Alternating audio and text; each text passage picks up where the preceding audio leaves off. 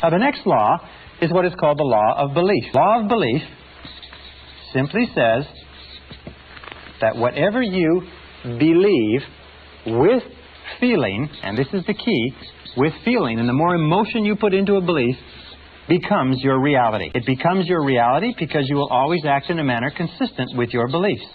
As a matter of fact, your entire reality right now is simply an outward picturing of your most intensely held beliefs.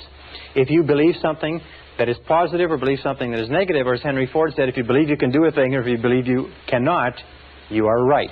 Our beliefs do form our realities. To the degree to which we believe anything to be true, our beliefs act as sort of like a screen. They filter out any information that is inconsistent with our beliefs. We have a deep down desire inside of us to remain consistent. So we're always trying to view our world, rationalize our world, interpret our world so that it is consistent with what we have already decided to believe. A scotoma is a word in psychology that simply says that we develop blind spots. We do not see opportunities if we are convinced that there are no opportunities. We do not see possibilities for success if we don't believe that success is possible for us. However, if we begin to change our beliefs, we begin to change our realities. There's a story of a young man who came from a small Midwestern town. It's a true story. It was reported in the psychological journals a couple of years ago. He got straight A's all through junior high school and high school. At the end of the 12th grade, he wrote his Scholastic Achievement Test to go to university. A few weeks later, he got back a letter from the university saying, "You have scored 98 on the Scholastic Achievement Test, and you're hereby admitted to the university for the fall semester."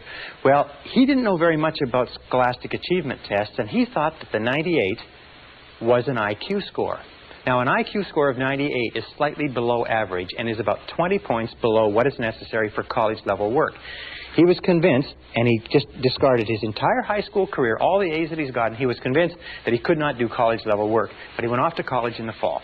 After the first semester, he was failing or nearly failing in every subject. His counselor called him in and said, "What seems to be the problem? You did extremely well in high school. These courses are only 1 degree of difficulty removed from your high school courses. Are you having problems with girls? Are you having problems with drugs? Having problems adjusting? What is it?" He said, "Well, sir," he said, "I'm doing the very best I can, but you can't blame me. I've only got a 98 IQ. And the counselor had his file in front of him. He said, "What are you talking about?" He said, "Well, in my letter of admission to the university, it said that I got a 98 on the Scholastic Achievement Test." He said, "Son, that's not an IQ." They said, "That's not an IQ. That is a percentile. What that means is that you scored equal to or higher than 98% of the students in the country who wrote that test."